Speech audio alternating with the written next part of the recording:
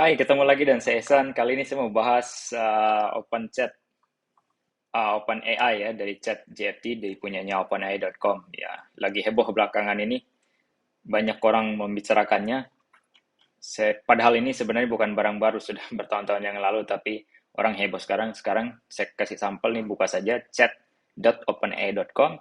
Teman-teman bisa langsung register, continue with Google atau Microsoft account, karena saya lebih familiar dengan Google. Dan saya punya account di Google tentu.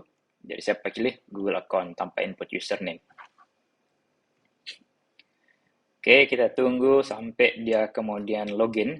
Ini sounds good. Jadi saya akan menunjukkan gimana caranya kita menulis program atau menulis kode atau ngoding tanpa punya ilmu pemrograman. Tentu saya bisa ngoding ya, tapi ini saya kasih sampel saja gimana mudahnya. uh, Chat.openai.com ini akan mempermudah proses pekerjaan kita.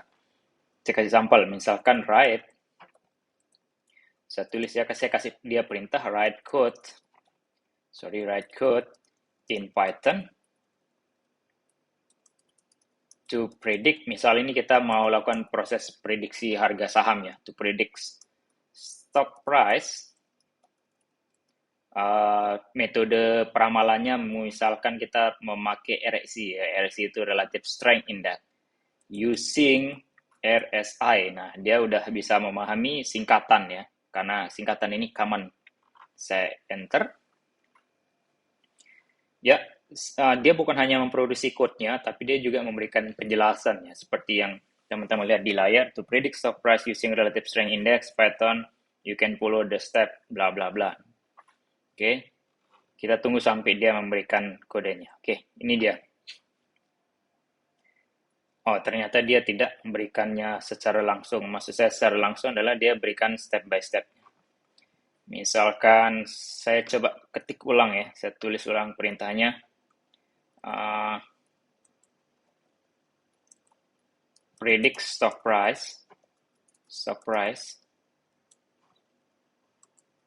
using Python with RSI method. Misalkan kita lihat apa yang terjadi. Ya, dia memberikan penjelasan mengenai apa itu RSI. Ya, collect data, bla bla bla. Stock price, Panda Data Shredder. Oke, ini masih penjelasan mengenai metode yang akan dia pakai. Formula RSI itu seperti apa ini, karena RSI sama dengan 100. Ini sampelnya minus bla bla bla. Proses nomor 3, analyze the RSI values to identify trend in stock price actions. Sebenarnya saya tidak perlu penjelasan ini ya. Saya perlunya kodenya secara langsung, cuman dia masih tetap memberikan penjelasan. Kita lihat apakah dia bisa menghasilkan kode atau tidak. Ternyata dia tidak menghasilkan kode. Coba saya ulang. Write Python code to predict stock price with using RSI misalkan. Write Python code, or coba misalkan kita pakai write code in Python. Kita balik write code in Python to predict. Apakah perintah kita di atas tadi sama? Kita coba predict stock price bla bla bla. Oh, belum. Saya tekan enter di sini. Oke, here's. So dia langsung sekarang, here's a sample Python code that demonstrate how to use the RSI predict stock prices. Bla bla bla, ya ini langsung kodenya.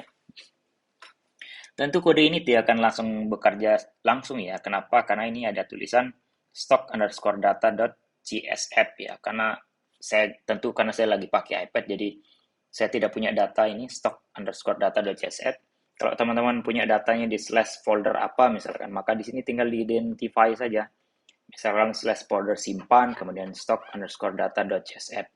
Kemudian dieksekusi, maka akan menghasilkan kode Python untuk memprediksi stok sesuai dengan data yang kita input. Nanti outputnya berupa hasil prediksi. Dan ini sangat komprehensif loh. Komprehensif sekali. Di sini sudah tinggal kita copy, ini copy code, copy terus kemudian kita paste saja. Nah, begitu. Dan dia berikan penjelasan. Apakah sampai di sini saja kehebatannya? Tentu tidak. Dia masih bisa melakukan banyak hal lagi lainnya. Salah satunya adalah, ini teman-teman lihat, dia menggunakan bahasa pemrograman Python. Sekarang, misalkan saya nggak mau ini dari Python, saya mau dia menggunakan bahasa R atau C atau whatever itu. Jadi, misalkan saya ingin mengubah ini dari Python menjadi R. Saya tinggal kasih saja perintah convert into R. Dia udah langsung memahami. Padahal saya ketik R saja. Dia udah langsung memahami bahwa R yang sama saja itu adalah bahasa pemrograman R.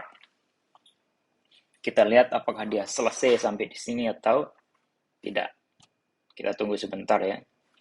Harusnya sih dia komprehensif, dia bisa menyelesaikan ini. Sometimes ketika dia load-nya servernya OpenAI ini tinggi sekali, dia responnya adalah network error. Dan kalau kita memberikan perintah terlalu banyak, dia memberikan respon too slow or slow it down. Kita suruh lebih pelan. Or too many request, jadi request kita terlalu banyak. Artinya dalam satu kalimat, satu kali perintah berjalan itu terlalu banyak perintah yang kita berikan. Begitu. Nah, itu yang dimaksud. Tapi sekarang sih ini sepertinya sedang lancar ya. So, convert into R. Jadi ini udah di-convert ke dalam bentuk R. Jadi mudah sekali bukan, kita tanpa perlu punya knowledge, tanpa perlu punya ilmu pemrograman, kita udah bisa menghasilkan sebuah pemrograman. Jadi sederhana sekali. Maksud saya sederhana ini advance ya. Dan perintahnya sederhana, tapi dia mampu menerjemahkannya. Kalaupun mau, kita bisa continue dan dia akan memberikan saran. Nanti kita mau nambah apa saja jika memang perlu penambahan ya. Nah, ini kebetulan tidak ada, dia bilang, is there anything? Ya, nggak ada. Misalkan saya convert into PHP, into PHP. Bisa nggak? Mau nggak? Kita lihat. Oke, dia mau. Here is the equivalent code PHP pretty stock using the RSI. Jadi dia multiple language ya. Kita bisa terjemahkan atau convert bahasa pemrograman kita ke banyak sekali bahasa pemrograman. Jadi tidak terbatas hanya dengan satu bahasa pemrograman. Karena OpenAI-nya sudah di-training dengan logic. Jadi mau convert kemana saja dia udah bisa. Karena logiknya dia udah punya. Nah ini tinggal copy paste saja. Cuman mohon maaf saya tidak bisa copy paste atau menguji hasil kode yang dia buat. Tapi so far kalau saya lihat ini sih oke-oke saja. Karena saya pakai iPad ya. Bisa saja Python tadi saya buka Google Colab. Cuman agak ribet. Nah, ininya terlalu kecil jadi susah. So, saya akan tunjukkan di lain kesempatan. Kita tunggu ini selesai terlebih dahulu. Ya, ini banyak loh. Ini kalau kita nulis secara manual, ngetik secara manual ini mungkin bisa makan waktu sampai dengan mikir ya, sembari berpikir mungkin bisa makan waktu hampir sejaman. Dan sementara dengan OpenAI, hanya dalam waktu beberapa menit, 1 menit kurang bahkan, ini selesai. Dan bayangkan kita bisa hemat dari waktu 1 jam menjadi 1 menit. Nah, lihat tadi yang saya sudah jelasin, stock_data.csf ini ya, dia berikan penjelasan. You will need to replace stock_data with the path, ya, dengan sesuai dengan struktur folder kita ya. Path to your own stock data file. You may also want to customize the time period. Nah, dia minta kita mengkustomisasi time periodnya. Jadi periodenya sebulan, last 30 days atau 1 bulan terakhir, 1 minggu terakhir, dan sejenisnya. Oke, itu saja untuk pertemuan kali ini. Saya masih akan membahas OpenAI, tapi di pertemuan selanjutnya, di video selanjutnya. Terima kasih telah menonton. Assalamualaikum warahmatullahi wabarakatuh. Bye-bye.